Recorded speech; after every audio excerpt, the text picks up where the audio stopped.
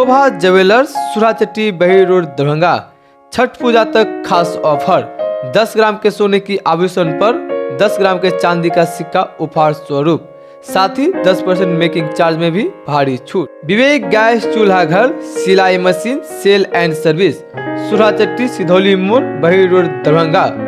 Pressure cooker, mixie, induction stove, chargeable light, पंखा, bike चाबी की सेल एंड सर्विस अब एक ही दुकान में उपलब्ध।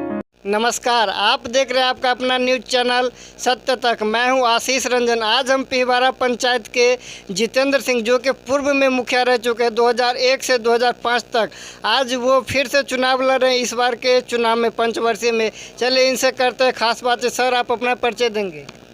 मेरा नाम जितेंद्र सिंह हुआ और हम यहाँ 2001 से 2005 तक फर्स्ट जब पिहवारा पंचायत का गठन हुआ तो उस समय हम मुखिया थे और खुद थे। उसके बाद फिर पंचायत आरक्षण में गया और आरक्षण के बाद फिर हम अभी हमारी महिला सीट है तो हम अपनी पत्नी को खड़ा किए हुए हैं और हम मैदान में हैं इस बार। सर, तो जैसे आप फिर से चुनाव लड़ रहे हैं दोबारा, तो इस बार आपका विजन क्या है? विजन है कि भ्रष्टाचार से पंचायत को मुक्ति दिलाना है और विकास के लिए अग्रसर रहना है। जाति पाति के जो भेदभाव हैं उसको मिटा देना है और पंचायत की विकास, जो भ्रष्टाचार में डूबा हुआ है यह पंचायत, उसको मिटा के छोड़ना है। दलालों को हटाना है, यहाँ से कोई दलाली नहीं सिस्टम चलेगी। इंदिरा आवास में एक पैसा किसी को घूस नहीं लगेगा।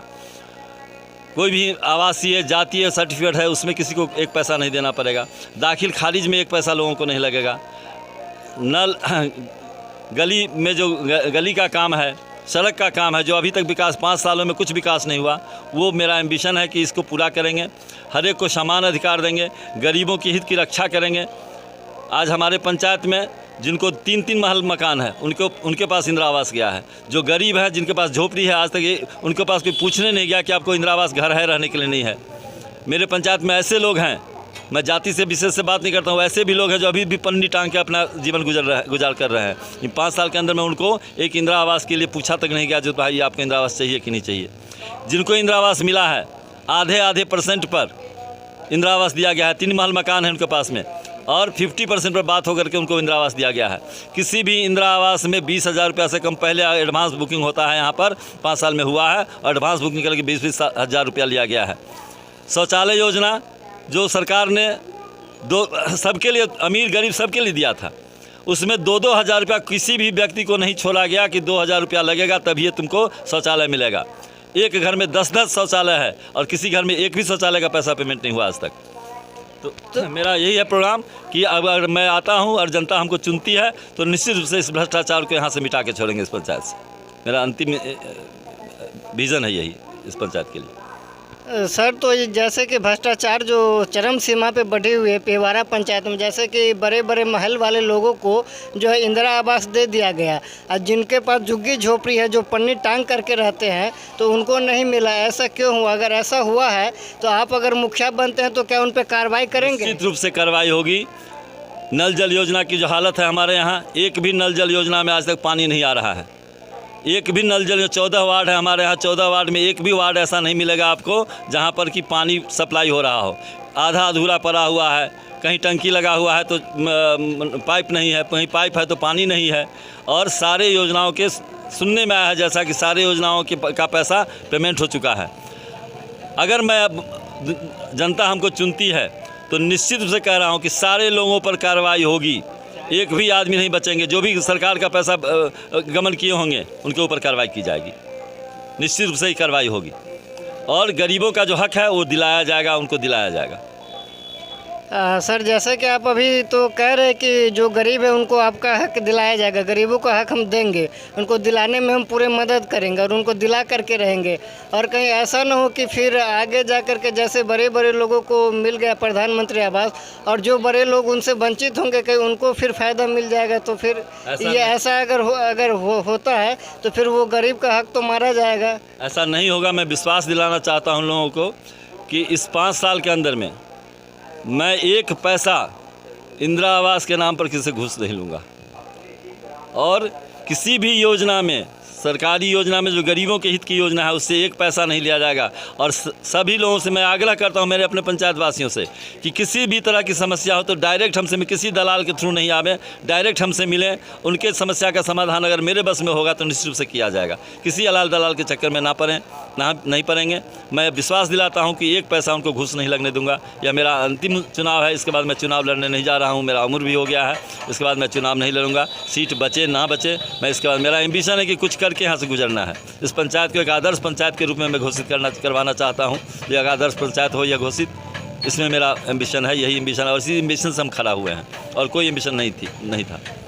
सर जैसे वहाँ पे देखे कि आगे दीपू प्रतिहस्त जी के घर से लेकर के और आपके जो घर है सबसे अंतिम में, वहाँ की सड़कें काफ़ी जर्जर है और दो पोखरा जो वो रास्ते में पड़ता है, उसके पानी जो है बरसात के समय में सड़क पे आ जाती होगी, तो क्या आप उसका चारों ओर दीवार घिराने का काम करेंगे? निश्चित रूप से। ये 5 साल के अंदर में आज वहाँ की जो लोगों की दुर्दशा हुई है, इस बरसात में पैदल चलने लायक वो रास्ता नहीं था, लेकिन हमारे मुखिया जी 10 टेलर उस पर मिट्टी नहीं डाले। कहा गया, कई बार उनको कहा गया, जाति पात के भेदभाव लेकर के, जबकि वहाँ हरिजन का मोहल्ला है, आगे जा कर के बैकवर्ड का मोहल्ला है, और आज तक नहीं हुआ। मैं निश्चित रूप से अगर जीत गया तो 3 महीने के अंदर मैं वादा करता हूँ, 3 महीने के अंदर मैं उस सड़क को बनवाऊँगा। 3 महीने के अंदर मैं सड़क को बनवाऊँगा। अच्छा सर, जैसे कि कहीं पे सड़क है, सड़क के ऊपर बरसात के मौसम में पानी भर जाता है और बगल में नाला है, तो नाला होकर के पानी नहीं निकलता। कई बार इंजीनियर्स होते हैं वो दिक्कत करते हैं काम करने में, या फिर ठेकेदार जो होते हैं वो काम करते हैं। क्या अगर इस प्रकार से अगर दिक्कतें होंगी, समस्याएँ होंगी, तो आप उस पर कार्रवाई करेंगे? मैं खुद M.Com पास हूँ और मैं जानता हूँ कि कहाँ क्या समस्या। आप देखिए सामने कहीं नाला बना होगा, उसमें देखिएगा कि सड़क से ऊँचा नाला है। कहीं भी ऐसा नहीं होता है कि सड़क से ऊंचे नाला होता है। पानी जाएगा कहाँ साहब? पानी नाले का नाली में रहेगा कि सड़क की पानी नाली में जाएगी? और सड़क से ऊंचा नाला ही बना हुआ है, वो भी किस ढंग का बना हुआ है वो अगर आप लोग जाइएगा, पत्रकार हैं आप लोग, देखिएगा। तो मैं अपने हिसाब से कह रहा हूँ कि मुझे जो लगेगा कि पानी का बहाव कैसे होगा यहाँ से, उस जगह और स्थिति पर डिपेंड करेगा कि कहाँ किस तरह की स्थिति है, किस तरह का ज़मीन है, कहाँ इसका पानी कहाँ बहेगा। वो सारे लोगों को, गांव के समाज के लोगों को बैठा करके उस पर विचार करके सब लोगों की सहूलियत के हिसाब से उस नाले का निर्माण किया जाएगा और सबके सामने किया जाएगा। और शिक्षा व्यवस्था पे आप सर क्या कहेंगे? शिक्षा, जब आप जीत जाते हैं तो शिक्षा को किस तरह से सुधार करेंगे? करोड़ों रुपया सरकार खर्चा कर रही है स्कूल पर। सारे लोग शिक्षक हैं, टीचर लोग आते हैं जाते हैं, लेकिन कहीं भी 5 बच्चा किसी स्कूल का टॉप नहीं कर रहा है। किसी पर कोई कार्यवाही नहीं है, मनमानी है सबकी। जो शिक्षा समिति बना हुआ है बस नाम का समिति है, कहीं कुछ नहीं है। बच्चे को खाना मिलता है वही मेनू के हिसाब से, कहीं नहीं मिल रहा है, कहीं कोई कार्रवाई नहीं हो रही है इस पर। तो मेरा भी अपना एक फोकस है कि हर एक बनने के बाद में, अगर हमको जनता चुनती है तो बनने के बाद शिक्षा के ऊपर भी हम ध्यान देंगे और शिक्षा व्यवस्था को दुरुस्त करेंगे, चिकित्सा व्यवस्था को दुरुस्त करेंगे। मेरे पंचायत के अंदर 2 स्वास्थ्य भवन है, लेकिन कहीं भी न डॉक्टर हैं न ANM बैठती है। इस पर भी ध्यान है मेरा कि अगर मैं चुन के आता हूं तो यह व्यवस्था कि गरीब को एक दवा की सहूलियत मिले, हर एक जगह उसको डॉक्टर की अवेलेबिलिटी हो, कोई भी इमरजेंसी काम हो तो लोगों को, गरीबों को भटकना ही नहीं पड़े। 108 की जो एम्बुलेंस है वो समय पर नहीं आ पाता है। लोग यहाँ से अपना प्राइवेट जो है से, जब महिलाएं जो है प्रसव के लिए जाती है तो महिलाएं अपना टेम्पू करके, अपना गाड़ी करके 12 बजे रात में जो है से उनको गाड़ी नहीं मिलता रहता है, जाना पड़ता है, फ़ोन करते रहे कोई उठाता नहीं है। ये सारी व्यवस्थाएं पर हमारा ध्यान है और मैं खुद इसी में लगा हूँ कि इस बार एक अलग पंचायत के रूप में, मैं अलग मुखिया के रूप में काम करूँगा, जो लोगों को कह रहा हूँ मैं कि एक आदर्श पंचायत, इस पंचायत को घोषित करवाऊँगा। मेरा अपना यह है कि मैं एक आदर्श पंचायत के रूप में, मेरा कोई अपना सपना अलग नहीं है, मैं किसी पैसे के चक्कर में नहीं हूँ। और मैं एक ही चीज़ जानता हूं कि मैं इस पंचायत को एक अलग पंचायत बना करके अपने अंतिम कार्यकाल के रूप में इसको देखूंगा और मैं इसको एक बेहतर पंचायत के रूप में इसको सजाऊंगा। मेरा एम्बिशन है कि मैं पंचायत के जितने भी मुख्य सड़कें हैं उस मुख्य सड़क के अंदर अशोक का पेड़ लगवा करके उसको रंगाई करवा के एक आदर्श पंचायत घोषित करवाऊँ। शौचालय के लोगों को बाहर नहीं जाना पड़े, महिलाएं आज भी बाहर जा रही हैं। सरकार का इतना पैसा खर्चा हो गया और आज भी सड़क पर महिलाएं हमारी जा रही हैं। इस सब को दूर करने का प्रयास है मेरा। देखिए भगवान कहाँ तक सफलता देते हैं। तो बिहार सरकार के द्वारा जल जीवन हरियाली योजना चलाई जा रही है, उस पर भी आप करेंगे? जैसे बोले कि हम सड़क के चारों ओर अशोक का पेड़ लगवाएंगे, तो लगता है कि आप उस पर भी काम करेंगे अच्छे से? सरकार की जो भी योजनाएं आएगी उसका निश्चित रूप से 100% ज़मीन पर उसको उतारना पड़ेगा। 100% की बात हम कह रहे हैं कि 100% जो ज़मीन पर उतारा जाएगा। एक भी काम ऐसा नहीं होगा सरकार की योजनाओं का जिसको ज़मीन पर हम उतार के नहीं रखेंगे। मेरा एम्बिशन है कि पंचायत के लोगों को एक आदर्श पंचायत मिले। लोग कहे इस बात को, जब मुखिया जी हुए तो इस तरह से समाज बना, इस तरह से पंचायत बना। नल जल योजना का आपको जिक्र हम कर चुके हैं। नल जल योजना में क्या है? हरियाली योजना, तालाब का पैसा उठ गया है, जीर्णोद्धार का पैसा उठ गया। कहीं तालाब में उसको एक छठ घाट के लिए कहीं पर ये नहीं हुआ, छठ घाट की व्यवस्था लोग अपने से कर रहे हैं, जबकि 17 लाख रुपया उठा हुआ है तालाब के ऊपर। पिवारा मंदिर का 3 लाख रुपया उठ गया है, एक बाल्टीन नहीं गिरा उसमें आज तक। बाल्टीन इवन दिन की, बाल्टीन स्वच्छता अभियान में बाल्टीन की योजनाएं थी, सारे पंचायत में बट गया। मेरे पंचायत में बाल्टीन तक नहीं बटा लोगों को। ये तो अब विकास है 5 साल का, लोग देख रहे हैं और जनता, हमें लगता है, हमें विश्वास है कि जनता इस पर ध्यान देगी और हमें चुनेगी इस बार। और अगर जनता हमें मौका देती है तो निश्चित रूप से इन सभी कार्यों पर हम काम करेंगे। मेरा अपना ये है कि हम इस पर लगे रहें और जनता को कहीं भटकने नहीं देंगे, उसके दिन रात उसकी सेवा में लगे रहेंगे। कोई किसी भी काम के लिए उसको ब्लॉक जाने की ज़रूरत नहीं पड़ेगी, किसी भी एक छोटे से छोटे काम के लिए उसको ब्लॉक जाने की ज़रूरत नहीं पड़ेगी। उसका सारे समस्याओं का समाधान यहाँ पंचायत में होगा और पंचायत में करवाऊँगा। 3 साल से हमारे यहाँ RTPS का सेंटर खुला हुआ है, सरकार उसमें दिए हुए है, उसकी महिला कर्मी बहाल है। आज 3 साल से वो नहीं आ रही है, जबकि यहाँ से एक आवासीय बनाना हो, दलाल को 500 रुपया दीजिए, वो बनवा के लाएगा। कोई कहाँ इसके इतना फुर्सत है? 3 दिन जाता है ब्लॉक में, आज तो लाइन नहीं है, आज लिंक नहीं है, बेचारा घूम के आता है, हार के दलालों के पास जाना पड़ता है। मैं इस पर भी विश्वास दिलाना चाहता हूँ कि मैं अगर आ गया तो 3 महीने के अंदर मैं RTS काउंटर पिवारा पंचायत के अंदर खुलवाऊँगा। सभी जनता का वहाँ पर आवासीय, जातीय प्रमाण, जो भी प्रमाण पत्र है वो उस पर वहाँ बनेगा, एक पैसा नहीं लगेगा उसका।